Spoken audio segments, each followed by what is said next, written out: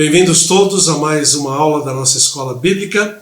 Nós estamos tratando desse assunto tão importante que é os deveres mútuos, uns aos outros, os nossos deveres recíprocos, aqueles que eu faço para você e você faz para mim e vice-versa, e assim nós vamos melhorando e mantendo os nossos relacionamentos da forma como Deus quer. Meu nome é Paulo Bondezan e eu gostaria de animar você a colocar em prática o tempo todo esses mandamentos que nós estamos aprendendo nessas aulas. Hoje nós vamos tocar num assunto muito importante, que é colocar o outro para cima.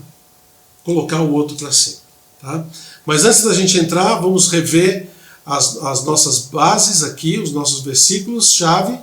Romanos capítulo 12, versículo 5 diz: assim também nós, conquanto muitos, somos o quê?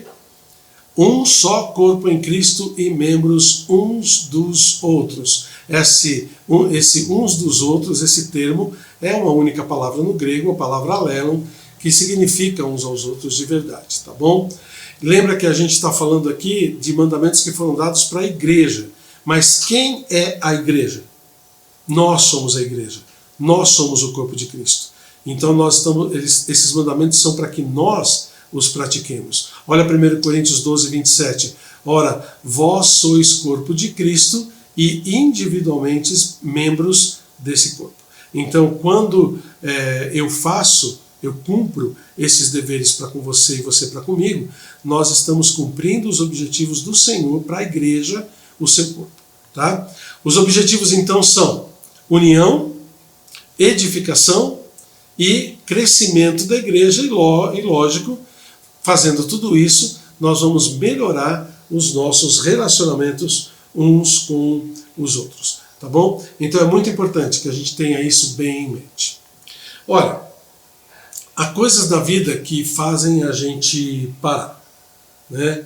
São estagnar, não fluir, não ir para frente na nossa vida, no nosso trabalho, no nosso desenvolvimento e até nos nossos relacionamentos. E essas coisas podem ser fatores externos, por exemplo, doenças que chegam para a gente sem a gente querer, né? Como essa pandemia que está atingindo a gente de uma forma muito severa, né? Ou mesmo alguma cirurgia que você precisa fazer, ou um tratamento que você precisa se submeter, ou até doenças crônicas que fazem com que a gente precise tomar medicações o tempo todo, e muitas vezes isso aí faz com que a gente se desanime, fazem com que a gente fique parando de fazer coisas que a gente gostaria de estar fazendo. Perdas são outros fatores que muitas vezes fazem a gente parar. Podem ser roubos, podem ser mortes na família, pode ser ausências de pessoas queridas que viajam, que tem que morar longe da gente, ou mesmo afastamento social, que tem sido muito determinante, né, nesses dias para desânimo da vida da gente.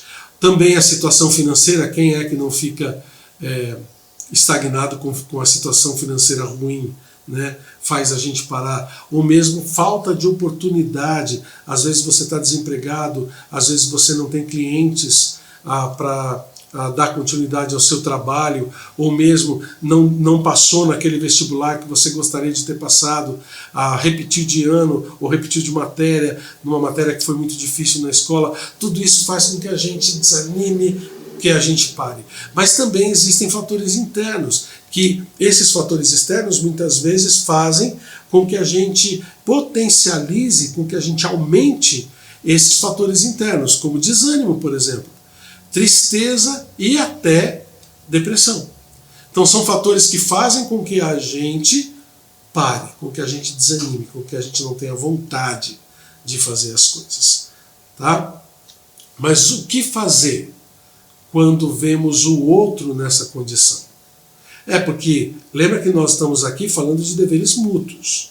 Às vezes esses fatores são aplicados na vida da gente, e a gente já aprendeu o que fazer em várias aulas que a gente teve, para que a gente não fique parado, estagnado na nossa tristeza. Mas o que acontece muitas vezes é que a gente vê outras pessoas nessa condição, provavelmente por causa dos fatores que também a atingiram. E qual deve ser a nossa reação?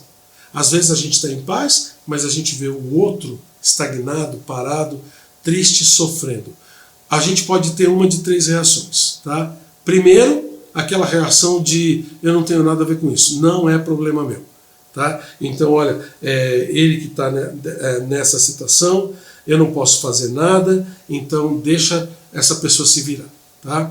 Outra situação é aquela atitude de tadinho, vamos orar por essa pessoa. E no fundo você às vezes nem ora, né? Por aquela pessoa mesmo. Você fala que vai orar e muitas vezes não ora. Mas tem também a outra alternativa, que é agir e ajudar a pessoa a sair daquela situação. Olha Tiago capítulo 2. Se um irmão ou irmã estiver necessitando de roupas e do alimento de cada dia, e um de vocês lhe disser, vá em paz, aqueça-se e alimente-se até satisfazer-se, sem porém lhe dar nada, de que isso adianta? De que adianta isso? Então, a gente tem que ver que a atitude que a gente tem para com essas pessoas que estão passando por essa situação, por essa dificuldade, é muito importante para Deus. Tá?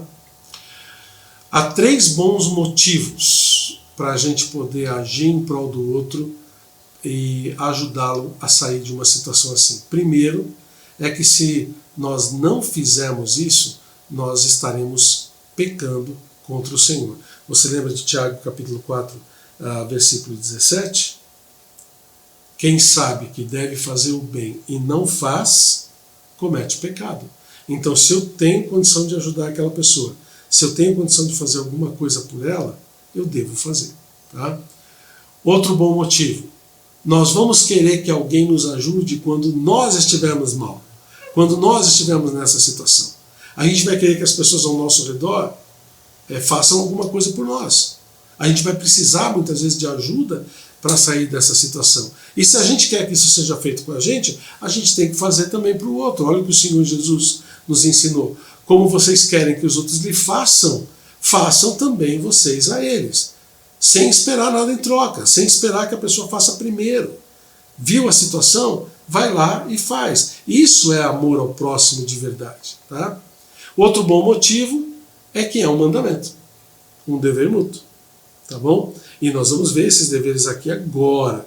Tá bom? E uma vez que é um mandamento, o que a gente tem que fazer com os mandamentos?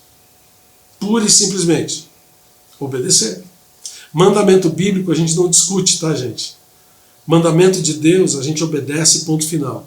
Porque a gente sabe que obedecendo, isso sempre vai ser o melhor para nós. E isso vai glorificar a Deus que nos deu a salvação. Tá? Então a gente não discute o mandamento. Se é mandamento, vamos cumprir. Tá bom? Então olha só quantos bons motivos a gente tem. Tá pronto? Nós vamos olhar 2 mandamentos que dizem respeito a isso, tirados de um mesmo versículo, e você vai ver como isso vai ajudar muito você no seu relacionamento com as pessoas. Tá bom? Quando a gente vê alguém passando por uma fase difícil, a gente deve consolar essa pessoa. 1 Tessalonicenses capítulo 5, versículo 11, é o nosso versículo-chave hoje. Tá? Ele fala, consolai-vos, pois, uns aos outros, e edificai-vos reciprocamente, como também estáis fazendo. Então a primeira coisa que a gente tem que fazer é consolar a pessoa que está passando por uma situação difícil. O que é consolar? A palavra é a palavra parakaleo, que vem de 2 palavras gregas, para, que é ao lado ou está perto, e kaleo, que é chamar. Então, é chamar alguém para ajudar de perto. É alguém que está ali próximo dessa pessoa, que está perto daquela pessoa e que pode então fazer alguma coisa por ela. Consolar significa mais ou menos isso. E olha só que interessante, o substantivo desse verbo parakaleo é a palavra parakletos, que você já deve ter ouvido falar, o Consolador, que é quem? O Espírito Santo de Deus. Lembra que o Senhor Jesus nos ensinou que Ele ia mandar o Espírito Santo para nós? Eu rogarei ao Pai e Ele vos dará outro Consolador, a fim de que esteja para sempre convosco. De quem ele está falando? Se você olhar no versículo 26 também de João 14, ele repete, ele está falando do Espírito Santo, o nosso Consolador. Note que ele está falando com os discípulos que ele iria mandar outro Consolador, porque o próprio Senhor Jesus Cristo era o Consolador dos apóstolos, dos discípulos que estavam com ele. Nós não temos ainda essa experiência de termos Jesus fisicamente, de podermos estar com ele fisicamente, mas nós temos o outro Consolador, o Espírito Santo dentro do nosso coração, dentro da nossa vida, que faz com que a gente seja consolado pelo Senhor. Tá certo? Então essa palavra significa isso. O verbo, ele pode ser traduzido por diversas formas, e diversas formas ele foi traduzido na Bíblia. Ele pode ser animar, consolar, exortar, encorajar, confortar, ou coisas assim. Mas o sentido geral é o de pegar alguém que está para baixo e colocá-lo para cima. Tá? É pegar alguém que está passando por essa situação difícil e animar essa pessoa. E fazer com que essa pessoa receba o ânimo que vem do Senhor. Isso significa consolar. É essa a ideia do que a palavra consolar tem a nos dizer, a nos ensinar. Tá bom? Olha só. 1 Tessalonicenses capítulo 5 é o finalzinho da primeira carta de Paulo aos Tessalonicenses. E essa carta foi escrita com um objetivo principal, de falar a respeito da volta de Cristo. Você lembra que é em 1 Tessalonicenses, no capítulo 4, que o apóstolo Paulo tem a revelação do arrebatamento, por exemplo. Eu creio, lendo 1 Tessalonicenses de uma forma rápida, que o apóstolo Paulo, em toda a carta, o que ele estava querendo fazer mesmo de verdade, era explicar para as pessoas o que ele tinha recebido do Senhor, a instrução que ele tinha recebido, e que isso iria animar, iria trazer uma alegria muito grande para os Tessalonicenses. Então ele começa a carta, e você pode olhar cada finalzinho de capítulo, ele sempre remete à ideia da volta do Senhor Jesus Cristo, até que ele chega no capítulo 4 e fala do arrebatamento e das últimas coisas no capítulo 5. Então esse mandamento de consolar uns aos outros está relacionado diretamente à volta do Senhor Jesus Cristo. Paulo, ele faz duas coisas para instruir os Tessalonicenses a se animarem mutuamente. Você pode ver isso do capítulo 4, versículo 13 em diante. Tá bom? Não vou colocar todo o texto aqui para a gente. Mas primeiro, ele esclarece as dúvidas mediante a revelação do Senhor. Lembra que eles estavam tristes porque algumas pessoas estavam morrendo e eles sabiam que Jesus ia voltar, mas eles pensavam que as pessoas que estavam morrendo não iriam participar da volta de Cristo. Então o apóstolo Paulo vem e esclarece isso para eles. Não fica preocupados com os que morreram, porque eles vão ser arrebatados primeiro até que a gente. E aí ele dá toda aquela explicação a respeito do arrebatamento, tirando as dúvidas que eles tinham. E, consequentemente, falando de esperança. No final das contas, todos nós estaremos com o Senhor. Ele fala no versículo 18 do capítulo 4, consolai-vos, pois, uns aos outros com essas palavras. A ideia que ele está falando é que a gente podia se animar com a volta de Cristo e que os tessalonicenses pudessem fazer isso de uma forma completa nas suas vidas. Pessoas que estavam desanimadas podiam ter o quê? Esperança. E, gente, cá entre nós, quem está para baixo, o que essa pessoa precisa? Precisa de esperança. Porque é a esperança que faz com que essa pessoa saia da situação difícil que ela está. Quando a gente está cuidando de alguém que está triste, que está com depressão, que está com uma situação muito ruim na sua vida, a gente traz esperança para aquela pessoa e é isso que vai fazer com que ela saia daquela situação. A gente vai animar aquela pessoa, mas claro, a gente tem que ter uma base sólida, tá? A esperança tem que ter uma base sólida, porque senão ela vira mentira, né? Sabe aquela história de, se você for bonzinho, o Papai Noel vai trazer presente para você? Não, o Papai Noel não vai trazer nada porque ele nem existe, né? Mas a gente tem que colocar esperança nas pessoas com a base certa. E qual é a melhor base? Olha lá, a palavra de Deus. Tá bom? Olha o que diz Romanos capítulo 15.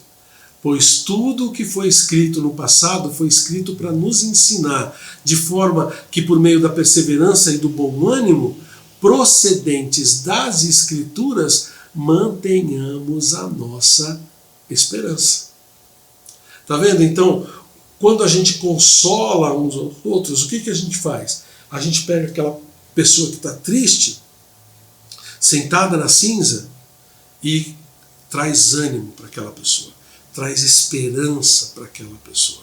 Isso é consolar uns aos outros, tá bom? Como então fazer isso, pastor? Como consolar, animar ou pôr o outro para cima? Então, a primeira coisa que você pode fazer e que você deve fazer é se aproximar daquela pessoa. Lembra, o paracleto é aquele que está do lado, é aquele que está próximo daquela pessoa. Tanto é que o próprio Senhor colocou no mandamento a palavra próximo. A gente tem que se amar ao próximo como a si mesmo. É difícil a gente fazer alguma coisa por alguém quando a gente não está próximo dessa pessoa. É muito mais fácil você ajudar alguém que está perto de você do que ajudar alguém que está precisando de você lá na África ou em qualquer outro lugar do mundo. Quem está próximo, a gente consegue ajudar de uma forma melhor. Mas isso exige proatividade. Isso exige boa vontade da sua parte.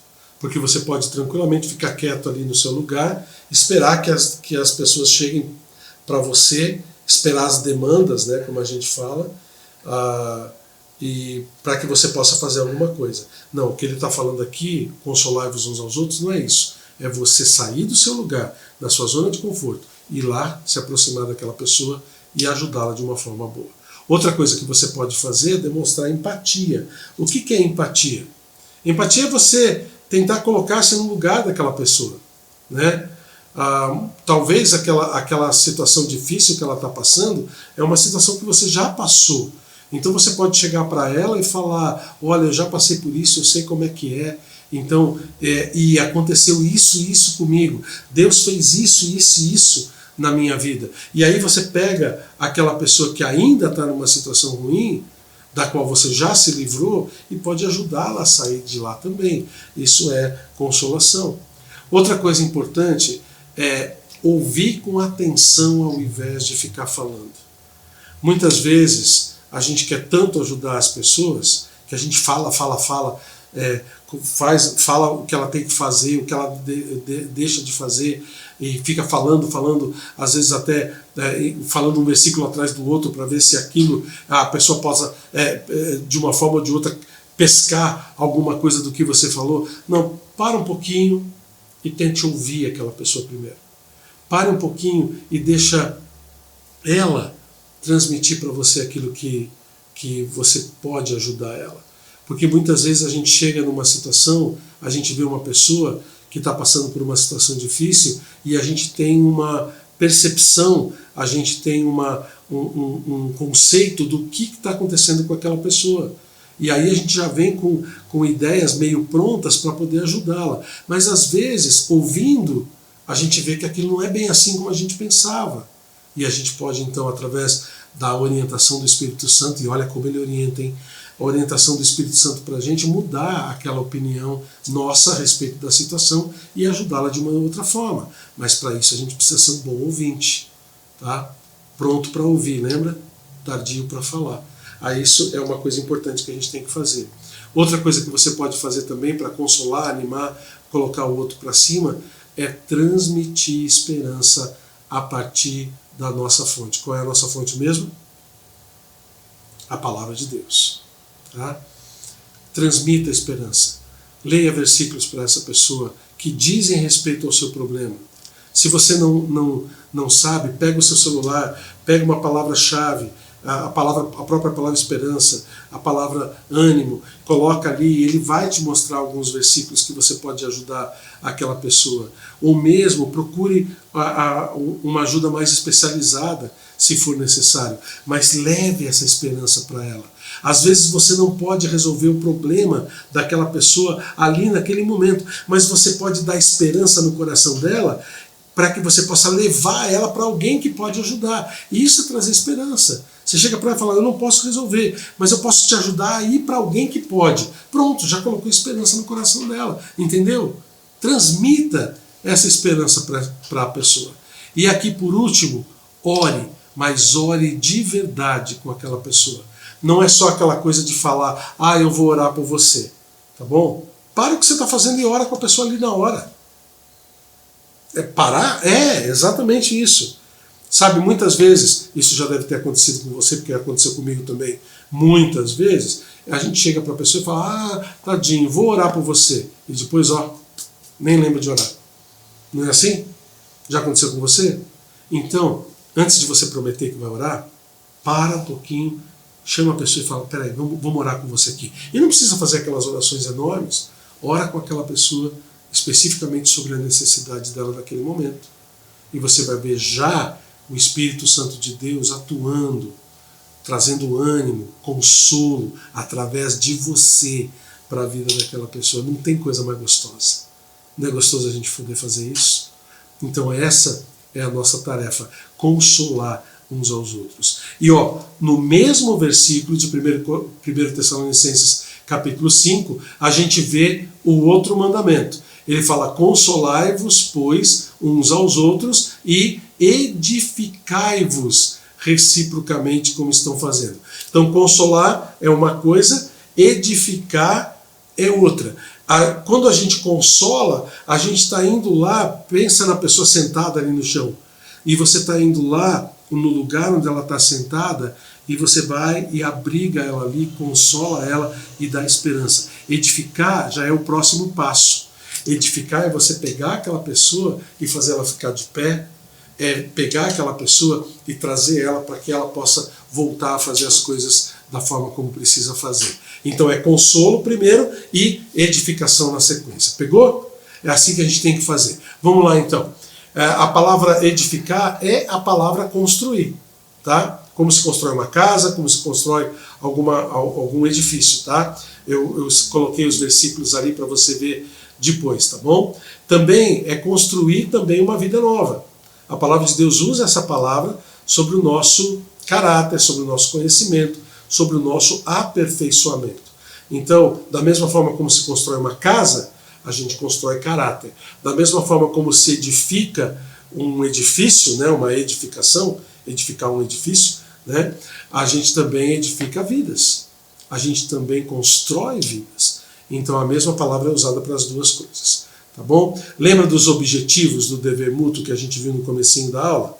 Um dos objetivos principais dos deveres mútuos é o quê? Edificação. Fazer com que a pessoa saia do lugar onde ela está e cresça, se desenvolva, né? De uma forma boa, de uma forma que vai trazer benefício para ela mesma. Consolo e edificação. Tá? Então, note só, edificar é o objetivo final da prática dos deveres mútuos. É fazer com que a pessoa realmente ande por si só. Olha Efésios capítulo 4. Antes, seguindo a verdade em amor, cresçamos em tudo naquele que é o cabeça, Cristo. Dele todo o corpo ajustado e unido pelo auxílio de todas as juntas, cresce e edifica-se a si mesmo em amor, na medida em que cada parte realiza a sua função. Olha só que legal. Aqui ele está falando do corpo de Cristo e cada um de nós fazendo a nossa função para quê? Para que todo o corpo ajustado, unido e estando bem próximo um do outro, possa fazer todo mundo crescer. Isso não é maravilhoso? Então a ideia da edificação aqui é muito importante. Nós não vamos só consolar, mas nós vamos edificar o outro, para que o corpo de Cristo, a igreja, possa ser edificada também. E eu, vou acabar me beneficiando da edificação do outro também, da mesma forma que ele se beneficia da minha, e assim por diante, tá bom?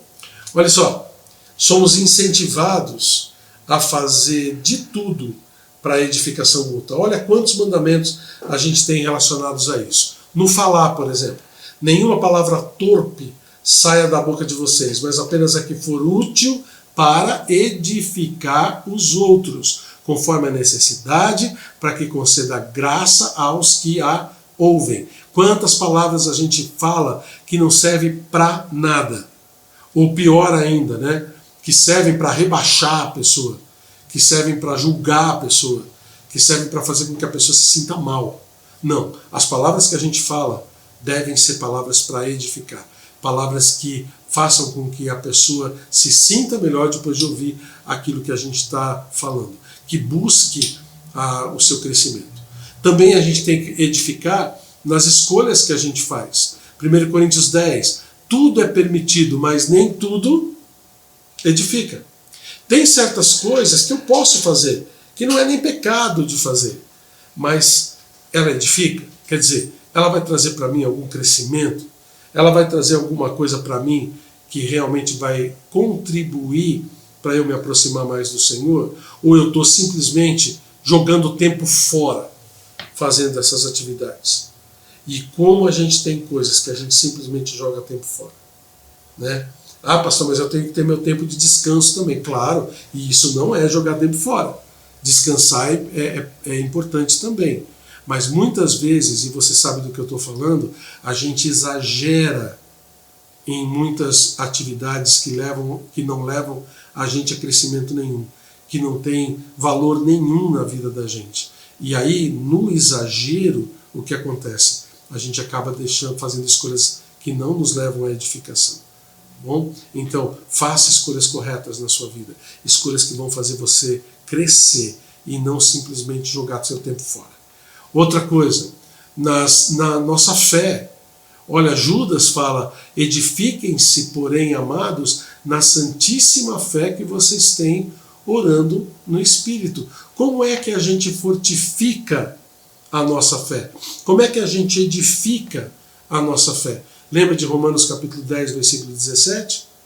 A fé vem pelo ouvir ou pela pregação, e a pregação da palavra de Cristo. Então, quanto mais a gente está com a cabeça voltada para a palavra do Senhor, seja lendo as Escrituras, seja ouvindo mensagens, seja frequentando a nossa igreja, seja assistindo às aulas dos deveres mútuos, nós estamos nos edificando a fé. Nós estamos fazendo com que a nossa fé seja mais forte, mais dinâmica, mais ativa. E é isso que nós devemos fazer quando nós estamos tratando de edificação. E também, dá uma olhada, em todas as coisas. O apóstolo Paulo deixa bem claro para a gente em 1 Coríntios 14, seja tudo feito para edificação. Então, qualquer coisa que você fizer, tá bom? Qualquer coisa que você gostar de fazer, procure fazer coisas que edifiquem em primeiro lugar, tá bom? Procure fazer coisas que vão ajudar você a crescer e ao mesmo tempo agora, aplicando ao outro, ajudar o outro também a crescer, a se desenvolver. Lembra que a gente não pode levar alguém para um lugar que a gente nunca foi. A gente não pode fazer a pessoa crescer sem que nós também já estejamos crescidos ao ponto em que nós queremos levar aquela pessoa.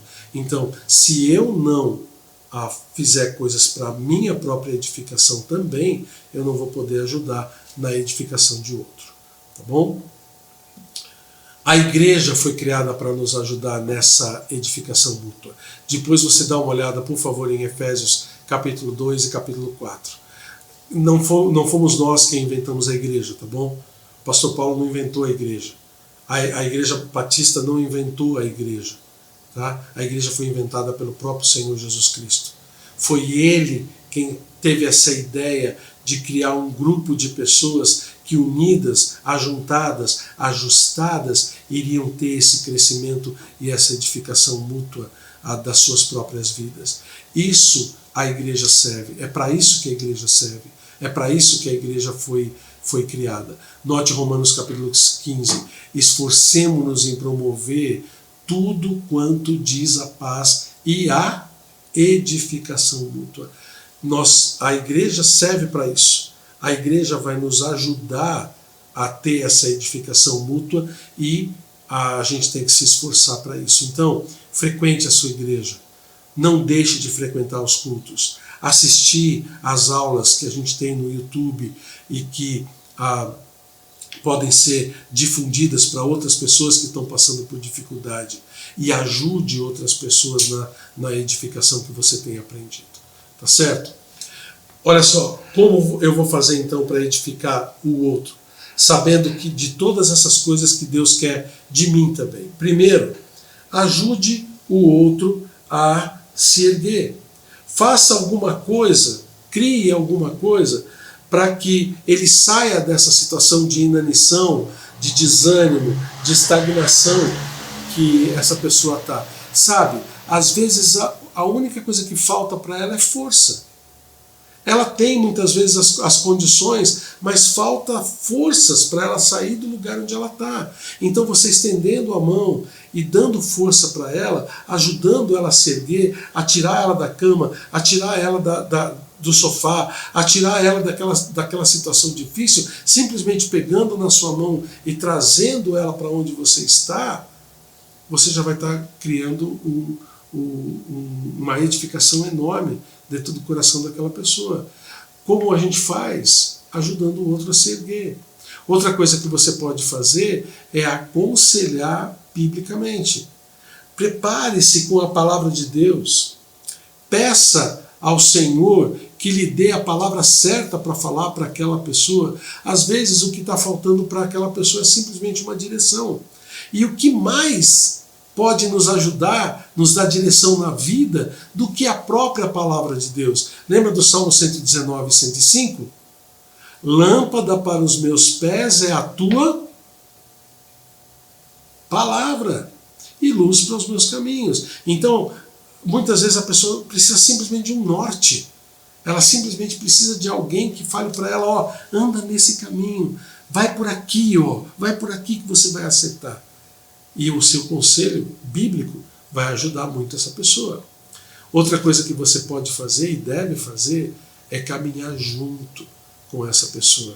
Às vezes, o que falta para essa pessoa é companhia. A pessoa está se sentindo só, está se sentindo desamparada. E acompanhar essa pessoa reforça as suas forças, né? Faz com que mudanças possam ser feitas com mais facilidade quando você tem alguém junto com você, ajudando você a mudar. Então, caminhe junto com essa pessoa, faça as coisas junto com ela, até que ela saiba como fazer sozinha. Isso é o verdadeiro discipulado que o Senhor Jesus nos ensinou. Tá? E o que a gente tem que lembrar, no final das contas, é que o próprio Senhor Jesus falou que ia ficar com a gente o tempo todo, lembra? O próprio Senhor Jesus disse que ia acompanhar a gente até os confins do século.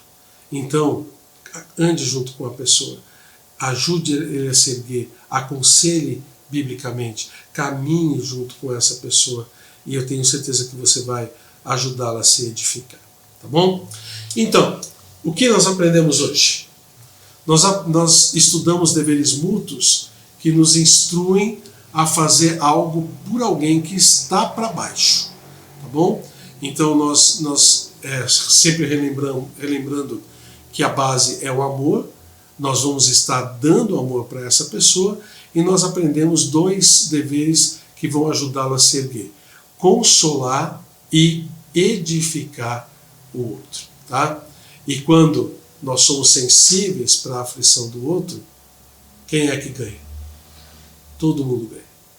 Tá bom? Todo mundo ganha. Então, não esquece disso. Esse é um dever muito importante que a gente tem que ter. Consolar e edificar os outros. Nós vamos estar demonstrando amor por aquela pessoa na situação em que ela estiver. Tá? Não esquece do nosso versículo-chave. nós somos um só corpo em Cristo e nós somos membros uns dos outros. Se ele está triste, eu preciso fazer alguma coisa por isso, tá? Vamos pedir o auxílio do Senhor. Pai, nós agradecemos porque o Senhor nos usa para poder ajudar outros. Então, Senhor Deus, nesse momento em que nós estamos querendo fazer a Tua vontade, coloque pessoas, Senhor Deus, para que nós possamos ajudar. E se já há alguém que a gente já tem em mente, que a gente pode aplicar esses deveres, que o Senhor nos dê toda a condição para podermos fazer da maneira como o Senhor quer, com a Tua sabedoria e Tua instrução. Obrigado, porque o Senhor nos ajuda em todo sentido e está com a gente sempre. Em nome de Jesus. Amém. Que Deus abençoe você a continuar a cumprir esses objetivos, porque nós vamos fazer diferença na vida de outras pessoas se nós aplicarmos os deveres mútuos da forma como a gente precisa aplicar, tá bom? Não esquece que nós temos o nosso canal do YouTube e uma playlist ali cheia de instruções, de aulas a respeito desses deveres mútuos que a Palavra de Deus nos ensina, e você pode olhar a qualquer momento, rever, né, os vídeos e também aprender mais daquilo que o Senhor quer que a gente faça. Lembra que fazendo esses deveres nós vamos melhorar os nossos relacionamentos e vamos fazer aquilo que é a vontade de Deus para nós, tá bom? Que Deus abençoe você e que você possa aplicar esses deveres no seu coração e no seu dia a dia.